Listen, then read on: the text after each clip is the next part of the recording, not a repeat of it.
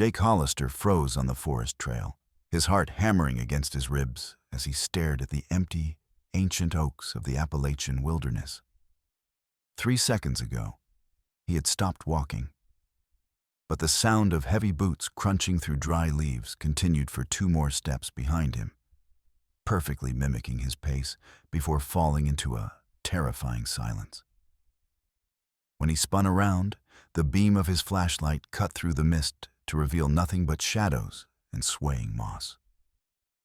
Then, from the lightless depths of a nearby ravine, came a sound that shouldn't exist 100 miles from civilization. The rhythmic, crystalline shatter of porcelain plates hitting a kitchen floor, followed by the muffled, ghostly sob of a woman he had left behind in a city far away. The air in the woods didn't just turn cold, it grew heavy, vibrating with a low-frequency hum that made the marrow in Jake's bones ache. He lunged for his radio to call for a reality check, but the device didn't broadcast weather reports or ranger chatter. Instead, through the jagged veil of static, his own voice crawled out of the speaker. A recording of a private phone call he'd made years ago, repeating words he thought were buried forever. As the trees began to pulse with the rhythm of a heartbeat that wasn't his own, Jake realized the forest wasn't just watching him. It was beginning to play back the loudest secrets of his life, and the volume was rising to a deafening scream. The heavy soles of Jake Hollister's boots sank deep into the orange, clay-streaked mud of West Virginia as he stepped out from the cab of his battered Ford F-150. Above him, the ancient canopy of Appalachian oaks and maples locked together like skeletal fingers, effectively strangling the afternoon sun. The air here didn't just sit. It pressed against the skin, smelling of fermented pine needles and a stagnant, bone-chilling dampness that seemed to rise directly from the roots of the mountains. Jake's fingers cramped around the frayed nylon handle of his duffel bag, the tension in his forearms causing the calluses on his palms to burn like embers. Before him stood the destination of his self-imposed exile, a leaning fire lookout tower and a squat cabin with cedar siding that had long ago surrendered its paint to the elements. This was the edge of the world. Here, amidst the deafening indifference of the forest, there were no process servers to dodge, no hollow-eyed stares from Mary across a divorce attorney's table, and no tabloid headlines chronicling the spectacular implosion of a once promising legal career. There was only the crushing silence of the peaks, a vast acoustic void that Jake hoped would finally drown out the relentless, thrumming hum of failure that resided behind his eyes. Inside the cabin, the atmosphere was a thick soup of dust motes and the stale, ghostly scent of tobacco left behind by decades of lonely men. Jake Hollister moved with a mechanical precision, clearing a space on the scarred wooden table to lay out his meager belongings. 3 changes of rugged clothes, a crumpled photograph trapped behind a spider web of cracked glass, and a heavy brass ring of keys to a Brooklyn apartment that no longer belonged to him. He began to line up his canned goods on the pantry shelf, spacing them with obsessive accuracy. Every time a tin of peaches or beans struck the wood, the sharp clack served a purpose, momentarily masking the persistent ringing in his ears. Every step across the floorboards elicited a groan from the joists, a sound Jake welcomed as a distraction from the quiet. He snatched up a gray rag and began to scrub the windowsill, attacking the remains of dried flies and grime with a ferocity that turned his knuckles into white ridges. This routine, this mindless labor of cleaning and organizing, was the only anchor he had left. It kept him from being pulled under by the liquid silence that filled every shadow of this cramped, lonely space. The first patrol took Jake out onto a carpet of dried oak leaves that crunched with the sharpness of breaking bone. Every movement he made felt amplified in the stillness. He paced 5 steps, his breath hitching in the cool air, and then stopped abruptly to adjust the strap of his heavy pack. 3 seconds of absolute silence followed. Then, from directly behind him, came a rhythmic, distinct crunch, crunch, crunch. A perfect mimicry of his own cadence, lagging just behind. Jake spun around, his heavy maglite slicing through the gloom like a blade. But the beam found only the indifferent, gray trunks of trees. He remained frozen, his heart hammering against his ribs. He took one more cautious step forward, his boot barely brushing the mulch. Silence stretched out, agonizingly long, before the air exploded again with the sound of crushing foliage, as if an invisible stalker were struggling to keep up with the timing of his reality. Cold sweat beaded on Jake's forehead, and the wind shifted, causing his stiff jacket collar to rasp against his stubbled chin like sandpaper. Back inside, Jake's hands shook with a fine tremor as he reached for the dial of the old Harris radio unit. The speaker spat out a jagged, electric hiss that sounded like cellophane being shredded. He fought with the tuner, desperate to find a weather report or the bored voice of a regional dispatcher. Anything to prove the world still existed. Instead, through the static, a soft, undulating sound began to pulse. Jake leaned closer, pressing his ear against the cold metal mesh of the speaker. It wasn't the wind. It was the sound of rhythmic, liquid sighs. Then, a female voice drifted through the white noise, a whisper so faint it was almost a thought. Yet it spoke his name with that specific, sharp inflection that used to make his jaw lock during the worst of the litigation years. It was Mary's voice, or a cruel facsimile of it. Jake lunged for the power cord, yanking it from the wall with a violent jerk. But the white noise seemed to linger in the room, vibrating in the marrow of his bones for several long seconds before the silence finally reclaimed the air. Sleep was impossible. So Jake stood on the porch, his grip on the railing so tight that splinters of treated pine bit into his palms. From the heart of the thickening twilight, where the fog crawled like a living thing around the base of the trees, a sudden, violent sound tore through the night. It was the unmistakable crash of porcelain shattering against a tile floor. Jake recoiled, the sound instantly transporting him back to that final screaming match in the kitchen, when Mary's favorite serving platter had disintegrated at his feet. The sound in the forest repeated with terrifying fidelity. The initial impact, the skittering of sharp shards across a hard surface, and the final, hollow roll of a larger piece of debris. He held his breath, staring into the impenetrable wall of green. There were no kitchens here, no ceramic plates. Yet the echo of his broken life sounded clearer than the cry of any owl. Driven by a frantic need for logic, Jake grabbed his flashlight and leaped from the porch, the beam dancing wildly over mossy roots and pale, ghostly fungi. He tore through a thicket of mountain laurel, ignoring the branches that lashed across his cheeks and drew thin lines of blood. He reached the exact spot where the crash had originated, a moss-covered fallen oak that looked like a rotting carcass in the dark. He swept the light over the ground, fully expecting to see white fragments of dinnerware glinting in the dirt. But there was nothing. Under his boots lay only a seamless layer of leaf mold and untouched ferns.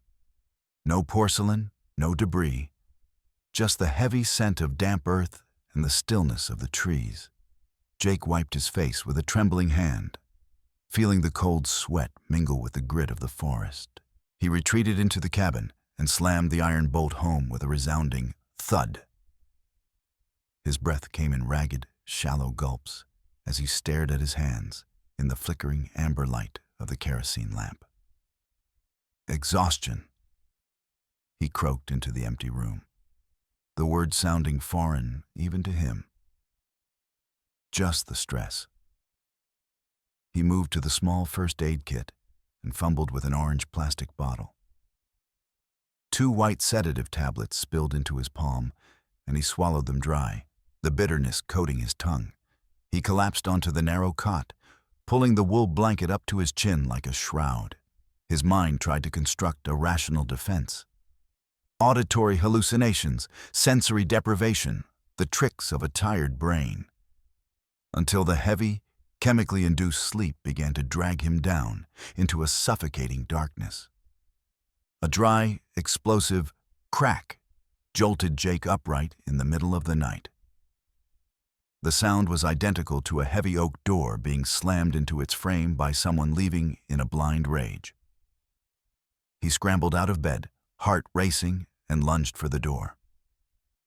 The heavy iron bolt was still firmly in its cradle. He yanked on the handle, but the door was immutably locked. Yet, the echo of the impact still vibrated in his inner ear, a phantom force that had seemingly rattled the glass in the window frames. He circled the small room, checking the latches on every window, finding them all secure. The air inside the cabin was deathly still and freezing, yet Jake felt a phantom draft ghost across the back of his neck. A breeze that shouldn't have existed in that sealed, claustrophobic box. The next morning, Jake Hollister sought salvation in mechanics. He hauled out a heavy toolbox and climbed the ladder to the radio mast, his movements deliberate and grim. He tightened every bolt until the metal groaned, inspecting the wiring for any sign of fraying or interference. He spent hours pacing the perimeter of the post, measuring the distance between the trees, checking for hollows in the ground that might create natural echoes. He searched for hidden speakers, for wires, for any sign of a prankster's presence. He recorded voltage readings in a small notebook, his handwriting cramped and precise, forcing his mind to stay within the safety of numbers. But as he knelt to inspect a ground cable, the earth beneath him felt unnervingly soft, as if the soil itself were a sponge, absorbing every sound he made only to hold it in reserve. Later, while patrolling the boundaries of the steep eastern slope, Jake's boots crunched over a patch of loose shale. Without warning, directly behind his left shoulder, the air filled with the shrill, rhythmic screech of polished parquet flooring. Jake froze, his heart skipping a beat. It was the exact sound of his old Manhattan office, the particular groan the wood made when a client approached his mahogany desk. For a fleeting second, the scent of expensive Cavendish tobacco and furniture wax overpowered the smell of the pines. He was terrified to turn around, knowing there was nothing but a void behind him. The horror paralyzed his muscles when the screech was followed by the heavy, rolling thud of a leather executive chair being pushed back. The final sound he had heard the day Richard Walters had stripped him of his dignity. He stumbled into a clearing and clamped his eyes shut, trying to find one natural sound to latch onto. But the forest had gone mute. There was no wind, no birdsong, not even the hum of a distant insect. Instead, a low tectonic rumble began to build in his ears. It was the sound of a city, the muffled roar of traffic, the staccato chirping of office phones, the whir of printers, and the distorted, overlapping arguments of a dozen forgotten depositions. The sounds grew dense, gaining a physical weight that pressed against his temples. Jake jammed his palms over his ears, but the cacophony was internal, vibrating through his jawbone. The natural world of the Appalachians had been erased, replaced by an acoustic vacuum filled with the ghosts of every lie he'd told and every mistake he'd buried. He began to back away toward the cabin, but the sounds pursued him like a pack of wolves. It was no longer just an echo. It was a physical assault. A sudden, piercing scream from Mary hit him in the sternum, forcing the air from his lungs. The heavy bang of a judge's gavel vibrated in his kneecaps, nearly buckling his legs. The entire forest had become a resonator, a giant amplifier for his own shame. He watched the leaves on the trees shiver, not from the wind, but from the force of imaginary screams that only he could hear. His mind felt like a piece of dry timber, groaning under a weight it was never meant to carry, beginning to splinter at the edges. A needle of ice seemed to pierce Jake's brain, dragging him awake as the sun began to bleed over the horizon. His breath emerged in thick, gray plumes that instantly turned to frost on the edge of his blanket. He reached out to touch the log wall and recoiled. The wood was encased in a layer of crystalline, bluish rime. In the pale light, he saw that the frost wasn't random. The ice had formed into sharp, calligraphic lines across the pine planks. Thin veins of frozen water mimicked the loops of a signature. The sprawling, arrogant hand of the judge who had signed his disbarment. Jake began to claw at the wall, his fingernails shrieking against the ice. But the frost seemed to grow faster than he could scrape it away, the cold biting into his fingertips like the sting of a permanent sentence. Driven by a desperate, frantic energy, Jake found himself standing at the edge of a jagged limestone cliff, his knuckles white around his binoculars. From the depths of a lightless ravine below, a sound emerged that turned his spine into a pillar of salt. It was a high, choked-off wail, a child's cry that vibrated at a frequency that made his teeth ache. He knew that sound. It was the exact pitch of Emily's voice the night he had walked out the door with his suitcase, never looking back. The cry bounced between the granite walls of the canyon, multiplying into 1,000 echoes that all seemed to call his name. Jake took a step toward the precipice, the shale crumbling beneath his boots. His throat closed in a sudden spasm, and as he stared into the black maw of the ravine, he smelled not the rot of wet leaves, but the faint, haunting scent of baby powder. The following night, Jake was thrown from his cot by a dull, subterranean thud that shook the cabin's foundation like a seismic charge. The walls groaned in protest, and the heavy window frames began to bow inward under an invisible pressure. With a series of sharp, dry cracks, the glass panes disintegrated simultaneously, turning into a cloud of shimmering needles. Shards bit into the logs and sliced across Jake's cheek, leaving thin trails of heat. A wall of compressed air slammed into his chest, stealing his oxygen and pinning him against the cot. The curtains were shredded into ribbons, and a carpet of transparent dust covered the floor. Through the empty window frames, Jake saw a thick, unnatural violet mist roiling in the trees, pulsing in a sickening rhythm with the hammering of his own heart. From the speaker of the Harris radio, a column of gray static erupted, but it didn't dissipate. The noise took on a physical form, settling on the floor in heavy, soot-like flakes. Before Jake's eyes, the swirling ash began to coalesce, rising into the shapes of men in sharp suits and women in rumpled dresses. The faces of his former colleagues began to shimmer into existence through the sparks of interference, their mouths opening in silent, jagged screams that revealed bottomless black voids. The translucent hands of the clients he had betrayed reached out for him, leaving trails of cold ozone in the air as they moved. Jake collapsed to his knees as the interior of the cabin became a viscous soup of sound waves. An invisible weight pressed down on his shoulders, forcing his spine into a painful arc and making his joints creak like old wood. Gravity seemed to have intensified tenfold. His cheek was ground into the dirt of the floorboards, and every ragged breath he managed was instantly crushed by the roar. The floor beneath him vibrated so violently that the dust rose in gray, dancing columns. His eyes burned, the vessels bursting from the pressure, as the sheer mass of his guilt transformed into a physical force, hammering his body into the very timber of the cabin. In a moment of pure, agonizing clarity, Jake forced his hands away from his head. He stopped fighting. Instead of curling into a ball, he threw his arms wide, baring his chest to the lashing waves of ultrasound.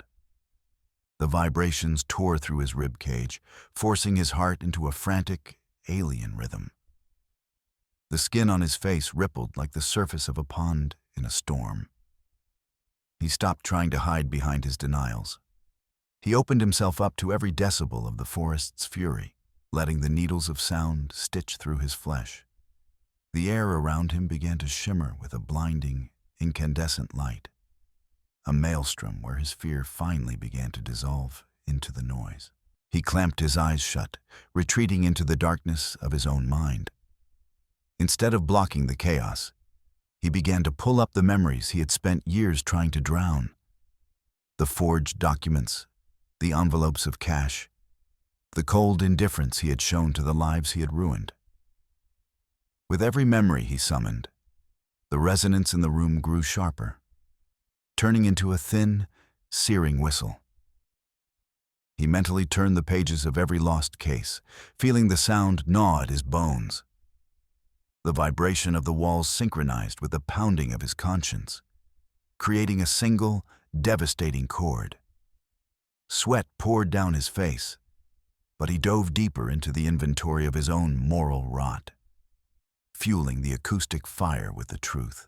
A raw, guttural scream tore from Jake's throat, piercing through the roar of the storm.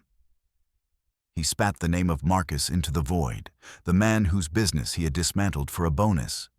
He shrieked the name of Sarah, whose tears he had ignored for the sake of a firm partnership. His voice broke into a raspy wheeze as he listed every friend he had sold out and every ally he had abandoned. Each name left his lungs like a cannonball, colliding with the violet mist. The air began to spark with golden static, and the agonizing pressure on his eardrums shifted into a searing, white-hot sensation of cauterization as the last of his lies were purged from his system. He took a long, shuddering breath and looked directly into the hollow eyes of the spectral figures surrounding him. A confession of guilt fell from his lips, whispered but unshakable. In that instant, the outlines of the suits and the twisted, angry faces began to fade. The translucent hands reaching for his throat dissolved into a million sparks of gray ash. The figures of his past lost their density, turning into simple ribbons of mountain fog that drifted harmlessly out through the shattered windows. Jake watched as the forest's rage cooled, leaving behind only the sharp scent of ozone and wet limestone. The crushing weight on his shoulders vanished, leaving a hollow, aching lightness in its place. The world shuddered one last time, a final, deafening boom that felt like a mountain cracking in half. The shockwave passed through Jake's torso, but it didn't break him. It felt like a cool, cleansing wind. He felt like a hollow vessel, a conduit through which the energy of the mountains could finally flow without resistance. Not a single muscle in his face moved. He had become transparent to his own pain and the anger of the world. The sound no longer had anything to catch on. It passed through him and sank into the earth through the soles of his boots. He stood perfectly still, feeling the last traces of trauma being washed away by a torrential downpour of pure, silent sound. Suddenly, the universe seemed to collapse into a single point, and a silence of such incredible density fell over the cabin that Jake could hear the thrum of blood moving through his own veins. The wind was gone. The radio was dead. The trees were still. He remained frozen, terrified that even a heartbeat might shatter this fragile vacuum. A high, fading ring echoed in his ears, slowly dissolving into a profound peace. He watched the dust motes hang motionless in the air, no longer agitated by the waves of sound. The forest outside looked like a painting on canvas, beautiful, distant, and utterly mute. He took his first cautious breath, and the sound of his own lungs felt like the loudest, most significant event in the history of the world. He pushed the crooked door open and stepped out onto the porch. The leaden Appalachian sky had finally broken, and the first snow of the season was beginning to fall. Large, heavy flakes drifted down through the gray light, covering the mud and the scars of the night in a white, silent shroud. Jake held out his hand, catching a single crystal star that vanished instantly into a bead of clear water. The snow acted as a natural muffler, absorbing the last of the echoes. He watched the white veil hide the fallen oak and the deep ravines, erasing the boundaries between the forest and his past. The air he drew in was cold, sharp, and tasted of nothing but winter. Jake returned to the ruined room, the glass crunching under his boots like frozen snow. He didn't look at the frost on the walls or the wreckage of his furniture. His movements were steady, devoid of the frantic energy that had defined him for years. He rolled up his sleeping bag, packed his few clothes, and ignored the stacks of canned goods. He pulled on his jacket, the fabric feeling familiar and light against his shoulders. The broken windows no longer felt like a threat. They were just openings, letting in the clean, freezing air of the mountains. He zipped his bag shut, a final, decisive sound that signaled the end of his time in the woods. He walked to the scarred table and placed his brass keys on the wood. They made a soft, metallic clink that carried no weight, no memory of the apartment or the life he had lost. Beside them, he laid the photograph of Mary. He touched the crack in the glass one last time, a silent goodbye to the man he had been in that other world. The ghosts were gone. They were just ink on paper and metal in a lock now. He turned his back on the cabin and walked out the door, leaving the artifacts of his failure to rot in the silence of the high peaks. His boots sank into the fresh, powdery snow as he began the long trek down the mountain. Every step was accompanied by a soft, rhythmic crunch that felt solid and real. He saw his truck at the bottom of the trail, a white mound in the distance. The wind bit at his cheeks, a welcome sting that reminded him he was alive. He didn't look back at the lookout tower or the cabin as they vanished into the gathering mist. His body felt strangely light, as if the mountains had accepted the weight of his sins in exchange for his truth. He reached the ford and placed his hand on the cold steel of the door, feeling a quiet, steady readiness for whatever road lay ahead. The engine turned over with a low, reassuring growl that filled the cab of the truck.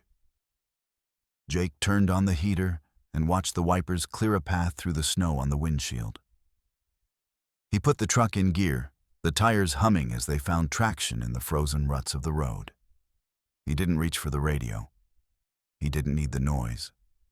The steady rhythm of the engine and the newfound quiet inside his own head were more than enough to carry him home.